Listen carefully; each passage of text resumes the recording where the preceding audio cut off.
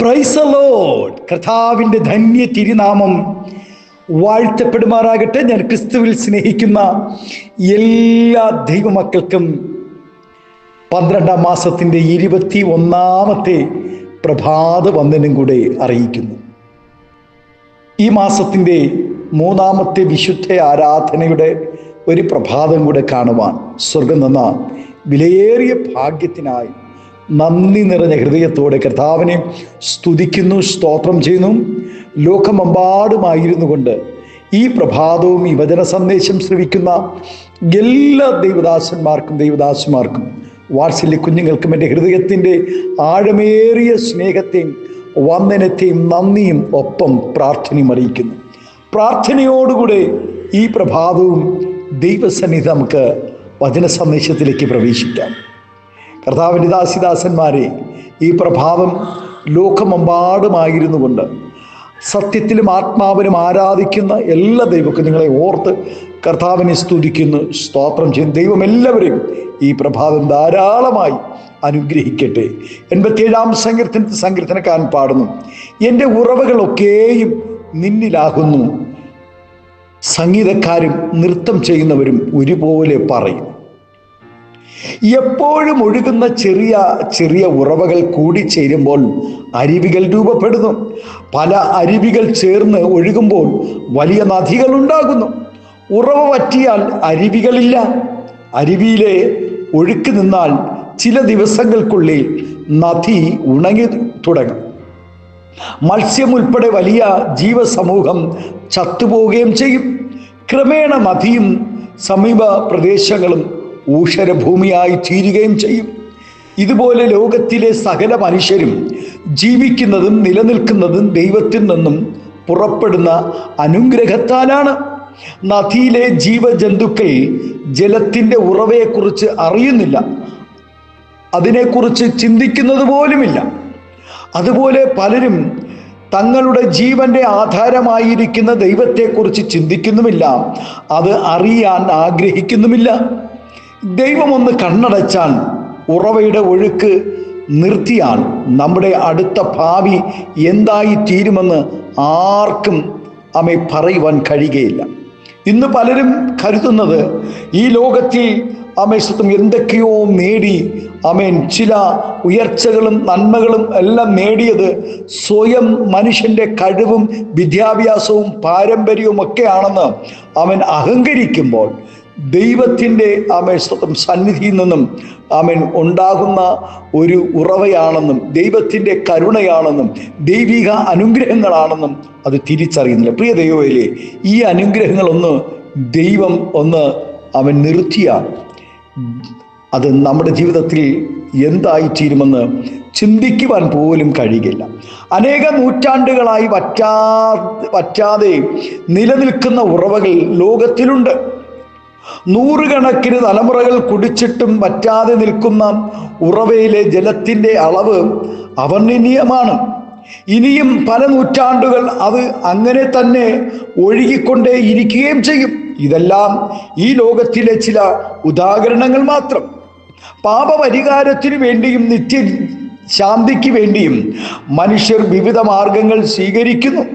ഒരു ആയുഷ്കാലം മുഴുവൻ പുണ്യകർമ്മങ്ങൾ ചെയ്താലും, ഉള്ളതെല്ലാം ദാനം ചെയ്താലും, പരസ്യയോഗങ്ങൾ നടത്തിയാലും, നിരവധി കൺവെൻഷനുകൾ നടത്തിയാലും പാപപരിഹാരത്തിന് യാതൊന്നും പര്യാപ്തമല്ല. ജീവനുള്ള ദൈവത്തിനല്ലാതെ പാപങ്ങളെ മോചിക്കുവാൻ മറ്റാർക്കും കഴിയുകയുമില്ല. അതിനുള്ള ഏക വഴിയും യേശുക്രിസ്തു മാത്രമാണ്. അവൻ്റെ പുത്രനായ യേശുവിൻ്റെ രക്തം സകല പാപവും പോക്കി നമ്മെ ശുദ്ധീകരിക്കുന്നു. നമുക്ക് പാപമില്ല എന്ന് നാം പറയുന്നു എങ്കിൽ നമ്മെ തന്നെ വഞ്ചിക്കുന്നു. സത്യം നമ്മിൽ ഇല്ലാതെയായി. സങ്കീർത്തനം 36 പറയുന്നു, നിന്റെ ആലയത്തിലെ പുഷ്ടി അവർ അനുഭവിച്ച് തൃപ്തി പ്രാപിക്കുന്നു. നിന്റെ ആനന്ദ നദി നീ അവരെ കുടിപ്പിക്കുന്നു. നിന്റെ പക്കൽ ജീവന്റെ ഉറവയുണ്ടല്ലോ, അധികം സന്തോഷിക്കല്ലേ, ആപത്ത് വരുമെന്ന് കുഞ്ഞെ ഈ നാളുകളിൽ നീ തിരിച്ചറിയണം. പഴമക്കാരിങ്ങനെ പറയാറുണ്ട്, കേട്ടിട്ടില്ലേ? അധികം സന്തോഷിക്കല്ലേ, ആപത്ത് വരും. ഹല്ലേലൂയ.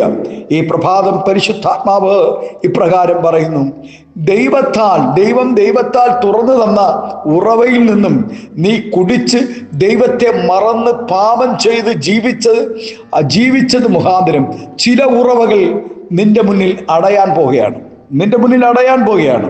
ഈ ഉറവയുടെ ഉറവയുടെ ഒഴുക്കാണ് നിന്റെ അഹങ്കാരത്തിനും നിന്റെ പാപ വഴികൾക്കും കാരണമായി തീർന്നതെന്ന് നീ ഈ പ്രഭാതം തിരിച്ചറിയണം. ദൈവത്താൽ ദൈവസന്നിധിയിലെ സന്തോഷം ഒരിക്കലും ദുഃഖത്തിന് കാരണമാവുകയില്ല. കുഞ്ഞെ, ദൈവത്താൽ നിനക്ക് ഉണ്ടാകുന്ന സന്തോഷവും സമാധാനവും ഒരിക്കലും ദുഃഖത്തിന് കാരണമാകുകയില്ല, മറിച്ച് എന്നും ഭൂരിതമായിരിക്കും. അതേ പ്രിയ ദൈവവേദിനെ, ദൈവത്തിൻ്റെ ഉറവ എല്ലായ്പ്പോഴും നിറഞ്ഞിരിക്കുന്നു. എന്നാൽ മനുഷ്യന്റെ വായിൽ നിന്നും തന്നെ സ്തോത്രവും ശാപവും പുറപ്പെടുന്നു. സഹോദരന്മാരെ, ഇങ്ങനെ ആയിരിക്കുന്നത് യോഗ്യമല്ല. ഹൃദയം നിറഞ്ഞു കവിയുന്നതിൽ നിന്നുമാണ് വായി സംസാരിക്കുമെന്ന് നമ്മുടെ കർത്താവും പറഞ്ഞിരിക്കുന്നു. ആകയാൽ നമ്മുടെ ഉറവയിൽ നിന്നും ശാപവും അനുഗ്രഹവും ഒരിക്കലും പുറപ്പെടരുത്. സ്തോത്രവും ആരാധനയും എല്ലാം ഉള്ളിടത്തു നിന്നും പാപമുണ്ടാകരുത്. നമ്മുടെ ഉറവയുടെ ദ്വാരം കാത്തു സൂക്ഷിക്കുവാൻ ഭക്തനെ പോലെ നമുക്കും പ്രാർത്ഥിക്കാം. യഹോവേ, എൻ്റെ വായ്ക്കൊരു കാവൽ നിർത്തി എൻ്റെ അധരദോരം കാക്കേണമേ. നമ്മുടെ ഉറവ മലിനമാകാതെ സൂക്ഷിച്ചുകൊണ്ട് ഭക്തന്മാരോടുകൂടെ ചേർന്ന് പാടുകയും നൃത്തം ചെയ്യുകയും ദൈവം പുതിയ ഉറവകൾ വീണ്ടും തുറന്ന് നമ്മെ അനുഗ്രഹിക്കേണ്ടതിനായി പ്രാർത്ഥനയോടുകൂടെ ഈ പ്രഭാതം ദൈവസന്നിധിയിൽ നമുക്ക് അടുത്തു ചെല്ലാം. അതേ, നമ്മുടെ കുറവുകളെ ഏറ്റുപറഞ്ഞ്, നമ്മുടെ ബലഹീനതകളെ ഏറ്റുപറഞ്ഞ് ദൈവസന്നിധിയിൽ പുതിയ ഉറവകൾക്കായി ദൈവം പുതിയ പുത്തൻ നന്മകളെ തുറക്കേണ്ടതിനായി 2026 ജീവിതത്തിൽ നമ്മുടെ ഉറവകൾ അടഞ്ഞു പോകാതെ നമ്മുടെ ജീവിതത്തിൽ ദൈവം ഒഴുക്കിയ ഉറവകളും ജീവിക്കേണ്ട നന്മകളും അടഞ്ഞു പോകാതെ ഇരിക്കുവാൻ ദൈവകൃപയിൽ ആശ്രയിച്ചുകൊണ്ട് ഇന്ന് പ്രഭാതം ദൈവത്തോട് നമുക്ക് പ്രാർത്ഥിക്കാം. സ്വർഗീയ പിതാവേ, നല്ല ദൈവമേ, സ്നേഹവാനായ ഞങ്ങളുടെ നല്ല കർത്താവേ, അനുഗ്രഹവും പ്രശാന്തവുമായ നല്ല പ്രഭാതത്തിനായി നന്ദി നിറഞ്ഞ ഹൃദയത്തോടെ സ്തോത്രം ചെയ്യുന്നു. ഈ പ്രഭാതം എൻ്റെ ഉറവുകളൊക്കെയും നിന്നിലാകുന്നു എന്ന് സങ്കീർത്തനക്കാരൻ നൃത്തം ചെയ്ത് പാടിയതുപോലെ ഞങ്ങളും ദൈവസന്നിധിയിൽ പാടി ആരാധിപ്പാൻ ദൈവം കൃപ നൽകണമെന്ന് പ്രാർത്ഥിക്കുന്നു. പിതാവിൻ്റെയും പുത്രന്റെയും പരിശുദ്ധാത്മാവിന്റെ നാമത്തിൽ ഈ പ്രഭാതം എല്ലാ ദൈവ കുഞ്ഞുങ്ങളെയും അനുഗ്രഹിച്ച് പ്രാർത്ഥിക്കുന്നു.